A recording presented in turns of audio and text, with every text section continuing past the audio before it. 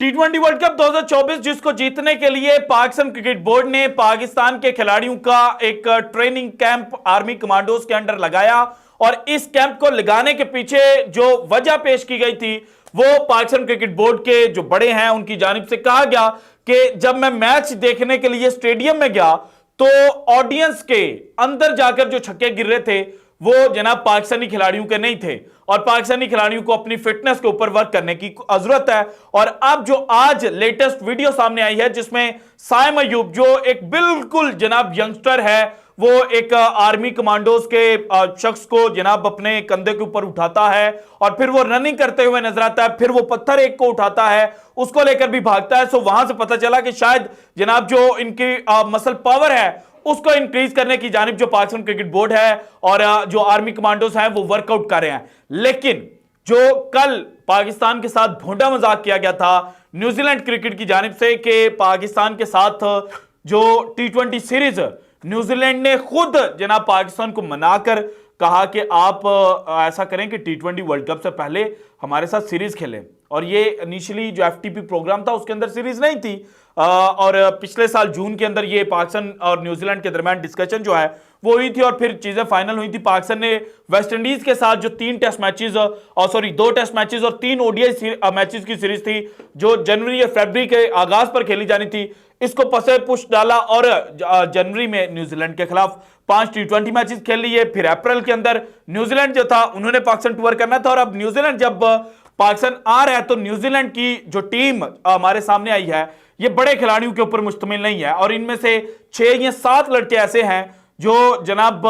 टी20 world cup 2024 में New Zealand के squad का हिस्सा होंगे। फाइनल प्लेइंग 11 के अंदर होंगे या नहीं ये जनाब एक अलग बात है, लेकिन 6 से 7 खिलाड़ी ऐसे हैं जो न्यूजीलैंड क्रिकेट टीम को जनाब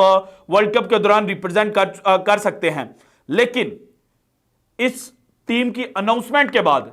पाकिस्तान क्रिकेट के जो जनाब बड़े हैं कुछ और पाकिस्तान क्रिकेट को कवर करने वाले जो सहाफी हैं उन्होंने जनाब ये कहना शुरू कर दिया कि पाकिस्तान को ये सीरीज खेलने की जरूरत नहीं है और अगर पाकिस्तान ने ये सीरीज खेलनी है तो फिर 2 तरीकों से खेले। एक तो जनाब बाबर आजम वो कप्तान रहे लेकिन उनको यंगस्टर्स की टीम दे दी जाए, उनको कहा जाए कि आप इस टीम के साथ न्यूजीलैंड की इस बीसी टीम जो है उसका सामना करें। और दूसरी जो सजेशन पुटअप की जा रही है वो ये है कि जनाब पाकिस्तान क्रिकेट बोर्ड जो है वो इस सीरीज को इंटरनेशनल टी20 मैचेस का जो जनाब एक अवार्ड मिलता है उसे हटा दे और इसको ए सीरीज के अंदर इंक्लूड कर ले ताकि न्यूजीलैंड क्रिकेट बोर्ड को भी पता चले कि आइंदा पाकिस्तान के साथ ऐसा भोंडा मजाक नहीं करना। लेकिन अगर तस्वीर का दूसरा रुख देखा जाए तो पाकिस्तान क्रिकेट टीम के लिए यह सीरीज जनाब इंतहाई मुफीद हो सकती है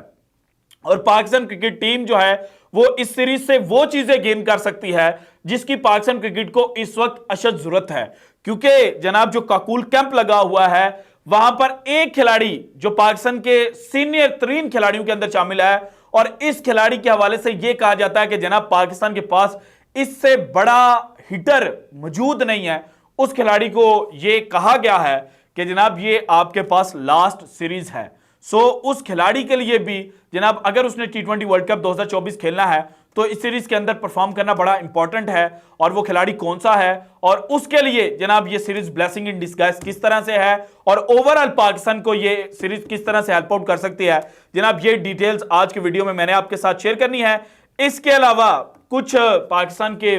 जो जनाब बड़े बड़े साफी हैं वो ये भी कह रहे हैं कि जनाब न्यूजीलैंड क्रिकेट का चूंकि स्ट्रक्चर बड़ा अच्छा है और न्यूजीलैंड का चेहरा जो है वो बड़ा लाल है तो पाकिस्तान जो क्रिकेट बोर्ड है उसको अपने चेहरे के ऊपर थप्पड़ मार के ना तो अपना चेहरा लाल कर लेना चाहिए। इस तरह की बातें जो है वो की जा रही हैं। तो जनाब इसका जो पोस्टमार्टम है वो भी आज की वीडियो में मैं आपके साथ करूंगा और आपको माजी से एक इंसिडेंट उठाकर मैंने दिखाना है और ये ज्यादा भी जनाब माजी का इंसिडेंट नहीं है बल्कि ये रिसेंट पास्ट की बात है। बहुत जनाब बात होगी तो 2 महीने पहले की बात होगी। सो जनाब आपको पता चलेगा कि इंटरनेशनल क्रिकेट इस वक्त खेली किस तरह से जा रही है। सो ये डिटेल शेयर करने से पहले जो बात बाबर आजम के हवाले से चल रही थी कि बाबर आजम कितना सेल्फिश खिलाड़ी है और सेल्फिश खिलाड़ी से ज्यादा ये कितना जनाब जो छुरे घोंपने वाला खिलाड़ी है वो कहा जा रहा था। बाबर आजम को एक मखसूस सेक्शन ऑफ जनाब मीडिया और मखसूस सेक्शन ऑफ फैंस जो हैं उनकी जानिब से, लेकिन अब जनाब वो बासित अली साहब जिन्होंने ओडीआई वर्ल्ड कप 2023 के दौरान ही यह बात कंफर्म कर दी थी कि जनाब बाबर आजम से कप्तानी वापस ली जा रही है। अब उन्होंने एक जनाब वीडियो के अंदर डिस्कशन करते हुए यह बात की है कि बाबर आजम ने किसी से कप्तानी की डिमांड नहीं की। बाबर आजम को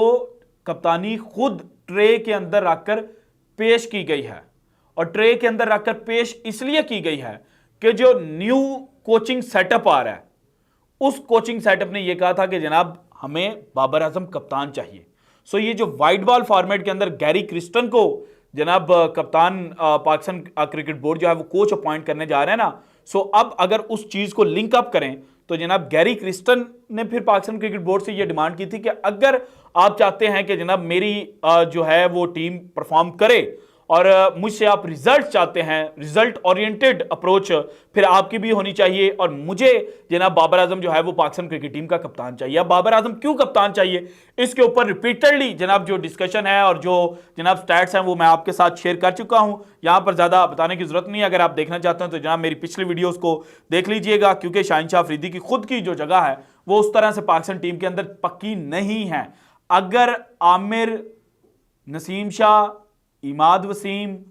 हारिस रऊफ ये जनाब पाकिस्तान के लिए फ्रंट लाइन बॉलर्स बनते हैं तो देन ऑब्वियसली शाहिनशाह अफरीदी उस तरह से टीम की जो फाइनल प्लेइंग 11 है उसके अंदर नजर नहीं आ सकते। सो यही मेन रीजन है, मेन रीजन यही है। बाकी स्टैट्स जो हैं वो मैं जनाब आपके साथ शेयर कर चुका हूं, सो आप उनको लाजमी देखेगा। सो जनाब ये बाबर आजम के हवाले से जितना नेगेटिव प्रोपेगेंडा किया जा रहा था वो तो बासित अली साहब जो हैं उन्होंने उसको ख़त्म कर दिया, और जो ट्रोल से उनको जवाब दे दिया है कि जनाब ये आपके जो गैरी क्रिस्टन साहब हैं जिनको Pakistan cricket board coach appoint करने जा रहा है, उनकी डिमांड थी कि जनाब बाबर आजम जो है उसको वाइट बॉल फॉर्मेट का कैप्टन बनाया जाए, और जैसन ग्लेस्पी ने शायद इस तरह की डिमांड नहीं की, तो इसलिए जो पाकिस्तान क्रिकेट बोर्ड है वो जनाब बाबर आजम को रेड बॉल फॉर्मेट का उन्होंने कप्तान जो है वो अपॉइंट नहीं किया। अब आते हैं जनाब जो पाकिस्तान वर्सेस न्यूजीलैंड सीरीज है, 18 अप्रैल से ये सीरीज शुरू होगी। 18 को पहला मैच है, 20 को दूसरा है, 21 को तीसरा, 25 को चौथा और 27 को पांचवा मैच है। और यकम मई जो है वो डेट है, इनिशियल डेट, कि जिस दिन पाकिस्तान ने 15 मेंबर स्क्वाड की जो लिस्ट है वो आईसीसी को देनी है। सो अब कैटेगोरिकली देखा जाए तो जनाब जो दिन बाकी बचते हैं वो तो तकरीबन 26 के करीब हैं, क्योंकि आज 4 अप्रैल है जब मैं ये वीडियो रिकॉर्ड कर रहा हूं। तो 26 दिनों में पाकिस्तान क्रिकेट टीम के पास मैच कितने हैं? T20 सिर्फ 5। सो इन 5 मैचेस में अब जनाब न्यूजीलैंड जो है उन्होंने तो उनके चूंकि सीनियर प्लेयर्स जो हैं वो एब्सेंट थे, तो उन्होंने अपनी बी कह लें, सी कह लें या डी कह लें, जो भी उनकी टीम बनती है, क्लब लेवल की टीम अगर आप कहना चाहते हैं तो वो भी कह सकते हैं। हालांकि जो उनके जनाब T20 मैचेस हैं और जो फ्रेंचाइज क्रिकेट के अंदर मैचेस हैं वो पाकिस्तान के कई ये जो करंट प्लेयर्स हैं इनसे ज्यादा हैं। तो जनाब आप जो मर्जी उनको टर्म दे लें, लेकिन पाकिस्तान के पास एज ये है कि पाकिस्तान की ओपनिंग स्लॉट्स अगर देखी जाए, जब पाकिस्तान जनवरी में न्यूजीलैंड के खिलाफ खेला था तो बाबर आजम वन डाउन के ऊपर खेले थे, साइम अयूब और जो जनाब मोहम्मद रिजवान है उन्होंने 4 मैचेस के अंदर ओपनिंग की थी। अब चूंकि बाबर आजम कप्तान बन गए हैं और लगता यह है कि बाबर आजम खुद ओपनिंग करेंगे, अब उनका ओपनिंग पार्टनर कौन होगा? साइम अयूब होगा या मोहम्मद रिजवान? अगेन अभी क्वेश्चन मार्क। अब जनाब पाकिस्तान के पास ये 5 मैचेस हैं कि अगर ये चाहते हैं कि जनाब दोबारा से वही सेटअप आए जो बाबर आजम और रिजवान जब ओपनिंग करते थे, फखर जमान नंबर 3 के ऊपर आते थे, नंबर 4 के ऊपर साइम अयूब जो हैं उनको लास्ट टाइम जब अप्रैल के अंदर न्यूजीलैंड टीम आई थी 2023 में तो नंबर 4 के ऊपर बैटिंग करवाई गई थी। सो पाकिस्तान वो एक्सपेरिमेंट कर सकता है, लेकिन चूंकि पाकिस्तान ने उस्मान खान को भी नंबर 4 के ऊपर खिलाना है तो देन साइम अयूब किस पोजीशन के ऊपर खेलेंगे? अगर साइम अयूब जनाब ओपनर के तौर पे खेलते हैं तो फिर फखर जमान और मोहम्मद रिजवान का बैटिंग स्लॉट क्या होगा? पाकिस्तान के लिए सवाल बहुत ज्यादा हैं। अब यहां पर तो कुछ जनाब जिनकी यहां पे जनाब जो घास है वो है, सिर्फ दिमाग नाम की कोई चीज नहीं है। वो तो ये कह रहे हैं ना कि पाकिस्तान रेस्ट करवा दे, तो भाईजान यकम मई को आपने 15 मेंबर स्क्वाड की लिस्ट देनी है और आज की तारीख तक बात की जाए तो आपको नहीं पता कि आपका बैटिंग ऑर्डर क्या होगा, आपके बॉलिंग ऑप्शंस कौन से होंगे, आपके फ्रंटलाइन 3 पेसर कौन से हैं, आपको नहीं पता। आप जनाब किसी के प्यार में, किसी के बुक्स में डूबकर कोई भी नाम ले सकते हैं, लेकिन जब आप स्टैट्स के ऊपर परखेंगे तो आपके लिए चीजें डिफरेंट हो जाएंगी। फखर जमान को यह कहा गया है कि जनाब आप अपनी परफॉर्मेंस को बेहतर करें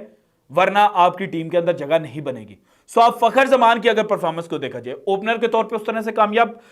साबित हुए, लेकिन उतने कामयाब नहीं साबित हुए जितना उनसे एक्सपेक्ट किया जाता। नंबर 3 के ऊपर तो बिल्कुल भी नहीं हुए। अब जनाब नंबर 4 पोजीशन के ऊपर, जिसके ऊपर पाकिस्तान उस्मान खान को खिलाने जा रहा है, तो उस पोजीशन के ऊपर भी जनाब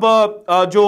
फखर जमान है उन्होंने जनाब 5 मैचेस खेले थे जनवरी के अंदर न्यूजीलैंड के खिलाफ, 126 रन स्कोर किए थे 165.78 के स्ट्राइक रेट के साथ, और एक 50 भी इनकी शामिल थी। सो वहां पर फखर जमान ने ईसूदी की अच्छी खासी जो क्लास है वो लगाई थी। सो अब फखर जमान को किस पोजीशन पे खिलाना है? अगर जनाब आप चाहते हैं कि बाबर आजम और साइम अयूब ओपनिंग करें तो फिर